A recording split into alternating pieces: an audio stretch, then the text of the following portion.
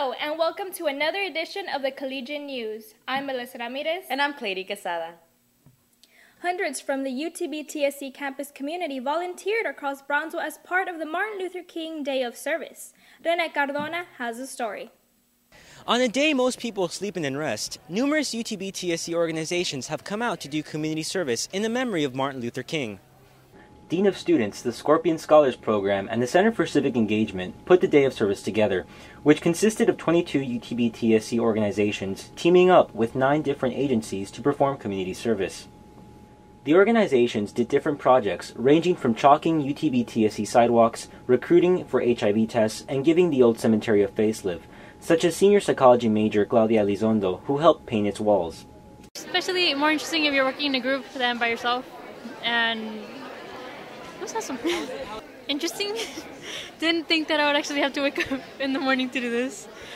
Freshman sociology major Linda Hernandez volunteered at the Idea Frontier School with projects students started. We were in charge of making 3 feet holes on the ground so that we could put up a greenhouse, and the floor was kind of wet, so it kind of got muddy. And then another group was in charge of taking down a fence and putting up a new one made from recycled wooden crates. It was fun. At noon, volunteers returned to the park for a chicken plate lunch and program with UTB TSC President Juliet B. Garcia as keynote speaker. Garcia awarded Deloria Nance Davis, a retiring assistant dean and organizer of past MLK events, a plaque commemorating her commitment to the national holiday. For the Collegian News, I'm Rene Cardona. Here's Daniel Beltran with this week's Club Spotlight.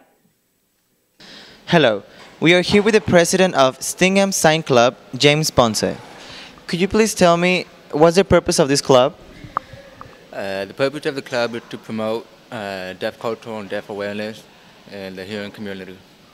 When was it established? It was established in the fall of 2006. It started out as a mentorship program and eventually it evolved into a club. Who are the other officers of the club? Well, just like any other club, we have a vice president, a secretary, a treasurer. Isidro, Frank, and Eric. Who is your advisor?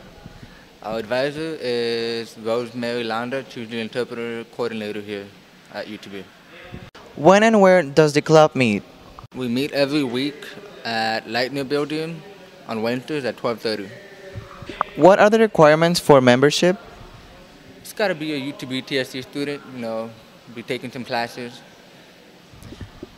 Do members have to pay any dues? No, it's free. If students want to know more about this club, whom should they contact and how? They can contact us through our email, which is stinghamsignclub17@yahoo.com, or through our Facebook page. For the Collegian News, I'm Daniel Beltran. The Student Government Association conducted a special meeting on Tuesday. Clady Quesada has the scoop. The Student Government Association announced the resignation of 3 members during a special meeting last Tuesday. Among those who resigned was Vice President of Policy and Procedure Joshua Law. Just like everyone else, we try to accommodate everyone's schedule. My schedule was one that conflicted with this time of the meeting. Today I got out because it was just a lab and it was just going over safety. But I'm going to resign my position as Vice President of Policy and Procedure. But notice I do it very happily. To know that this Senate can get a lot done. The SGA also received the resignations of Vice President of Accounting and Finance Dana Almeida and Senator-at-Large Pro Tem Jose Mario Valles over the winter break. Almeida resigned due to conflicting hours between classes and SGA meetings, while Valles resigned after he informed Munoz via email that he would not be returning to UTB-TSC for the spring 2011 semester. Freshman Senator Hannah Roberts was chosen to take Valles' position after a vote by paper ballot during the meeting. The positions of Vice President in Policy and Procedure and Accounting and Finance remained vacant as of press time Thursday. In other business, the SGA allocated $4,000 for several events that will take place this semester. Resolution 23 allocates no more than $300 to buy such items as food, soft drinks, and balloons for the inauguration of the Scorpion Metro bus shuttle. The inauguration will take place from 11 a.m. to 1 p.m. Wednesday, starting at the bus stop in front of Cárdenas Hall North and ending at the iTech Center. The SGA also set aside $2,500 for the leadership banquet, which will take place later this semester, and $1,200 for the purchase of 2 more Scorpion leadership rings, which will be awarded to outstanding students. Ala Pareiknokova, Executive Director of the university's Office of Global Engagement, addressed the Senate on the services provided by the department. Pareiknokova said the department is not new but was created by faculty and staff members who work with international students and scholars. What was happening is there were a lot of problems because people didn't work together.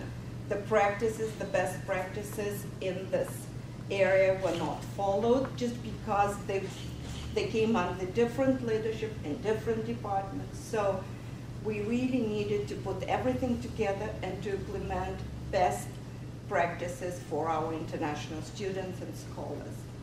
For the Collegian News, I'm Clary Quesada. Here's Jeanette Cardona with this week's What's Your Beef? Every week we ask students what beef they have with school, life, and politics. Here's what some had to say. This year, financial aid took a while to come in to pay for my classes and stuff. Instead of coming as a direct deposit, which I already had, it came in through mail, and it came in like the 2 days before school started. So I was worried that I wasn't be able to pay for my classes and had to pull out an emergency loan and everything. I wish parking was more accessible. I've had lots of bad experiences with the car. I've gotten hit on the side of my door. I have dents everywhere.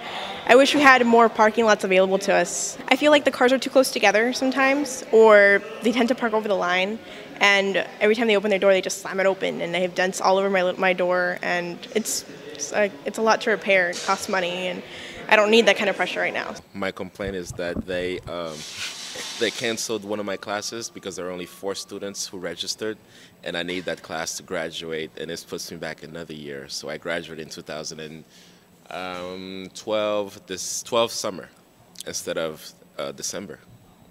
For the Collegian News, I'm Rene Cardona. A former UTB TSC Student Government Association president wants to lead the city of Brownsville. Christine Cavazos has the story. Edward Camarillo, who has served as a Brownsville City Commissioner for 2 terms, has announced he will run for mayor.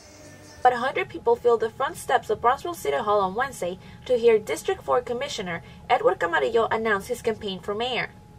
Camarillo, who has served 2 terms as City Commissioner, said his decision to run for mayor came when he felt the need to serve the community in a bigger capacity. In his 10-minute speech, Camarillo talked about the problems Brownsville faces today, such as jobs, a bad economy, and border security. Asked by the Collegian what changes he would make if elected, Camarillo replied, We gotta take care of our home first, and so we need to do a lot of things at City Hall and better prepare our image in the commission so that we can tackle the real issues that face this community, the economic development, the border security. But before we can get to that, we gotta make sure our house is in good shape. Rose Melendez, a Brownsville resident who volunteers at different adult daycare centers and is a campaign volunteer, said Camarillo is an elected official who does not rest when it comes to helping out the city. Sometimes I'm driving by and through the alley, he's out there moving the branches, moving the trash because some people are blocked there and they're not able to get out of their house. So he's out there moving all that stuff. And he goes on weekends also and removes the graffiti from the different places where the kids are making a mess out there. He's an awesome person. He works very hard. He's always dependable, always has a smile on his face. I never have ever seen him making an ugly face. He's out there for the community always. Student Government Association President Jorge Munoz said he supports Camarillo because he believes he is a people's commissioner. If he's not out here for the power, he doesn't need the fame. He's out here because his heart tells him to be out here. For the Collegian News, I'm Christine Cavazos.